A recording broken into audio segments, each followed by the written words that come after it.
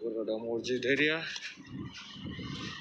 এখানে ঢালাই কমপ্লিট, উপরে এগুলোর মধ্যে কলম বসবো, এই সামনে কলম বসবো। কলমের চিহ্ন এখনো দেয় নাই, কলম চিহ্ন দেওয়ার পরে কলমের কাজ করবো আমরা এখানে। এদিকে সাইড শাটারিং চলতেছে, শাটারিং কমপ্লিট হওয়ার পরে সেম এখানে এরকম ঢালাই হবে, ওই যে সেম এরকম ঢালাই, এটার ভিতরে সেম এরকম ঢালাই, সাইড শাটারিং চলতেছে, তারপর হলো কলমের কাজ।